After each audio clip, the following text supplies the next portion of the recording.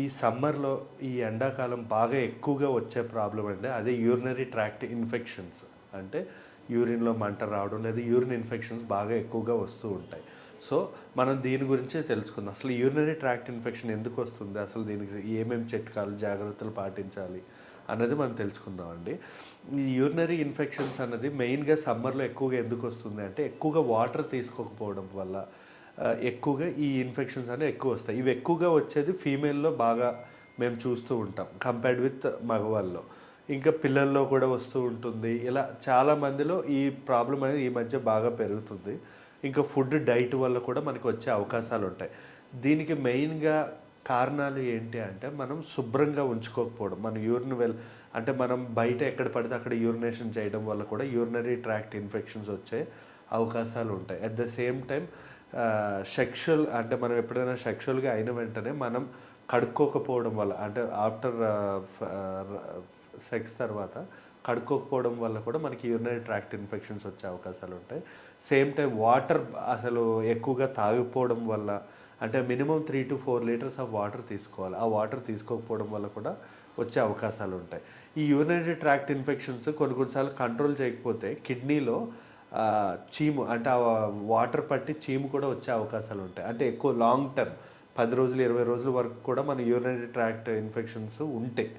And toilet కూడా మనం వెళ్ళిన వెంటనే మన టాయిలెట్ కడుక్కోవాల్సి ఉంటుంది. కడుక్కోకపోయినా కూడా ఆ టాయిలెట్ నుంచి వచ్చిన ఇన్ఫెక్షన్స్ మనకి యూరినరీ ఇన్ఫెక్షన్స్ వచ్చే అవకాశాలు ఉంటాయండి. ఇంకా చెప్దాం.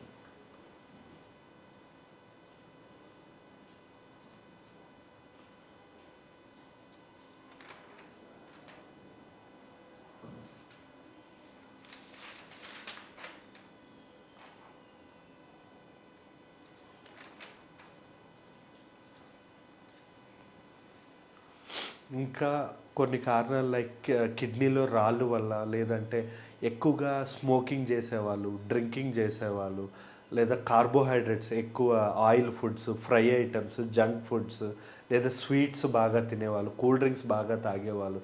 ఈ సమ్మర్లో ఏం చేస్తూ ఉంటారంటే చాలామంది ఎక్కువ ఎండకి కూల్ డ్రింక్స్ తాగేస్తూ ఉంటారు. దానివల్ల కూడా మనకు బాగా యూరిన్ ఇన్ఫెక్షన్స్ వచ్చే అవకాశాలు ఉంటాయండి.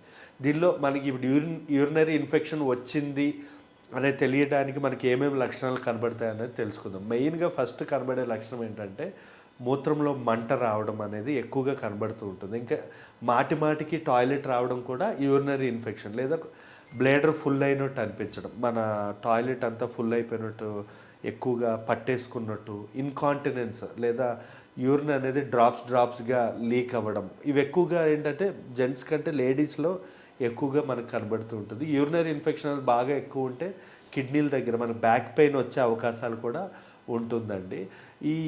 ఇది మనం వారం పాటు మనం దీన్ని నెగ్లెక్ట్ చేస్తే కొన్నిసార్లు చీము వచ్చే అవకాశం ఉంటుంది.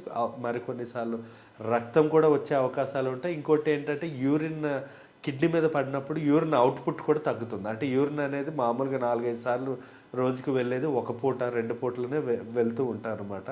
చాలా ఇరిటేషన్గా కూడా మనకు ఉండే అవకాశాలు ఉంటాయి. దీనికి మనం జాగ్రత్తలు అంటే ట్రీట్మెంట్ అన్నది డాక్టర్ ఖచ్చితంగా మంచి ట్రీట్మెంటే ఉంది దీనికి, 100% క్యూరబుల్లే. బట్ మనం రాకుండా ఏం జాగ్రత్తలు తీసుకోవాలన్నది తెలుసుకోవాలండి. ఎక్కువగా ఏంటంటే గ్రీన్ వెజిటబుల్స్, ఫ్రూట్స్ బాగా తినాలి. అండ్ ఆల్సో పెరుగు, మజ్జిగ, కొబ్బరి నీళ్ళు ఇలాంటివి బాగా తీసుకోవడం వల్ల మనకి యూరిన్ ఇన్ఫెక్షన్ తగ్గే అవకాశాలు ఉంటాయి. And one more thing, minimum 4 litres of water తీసుకోవాలి.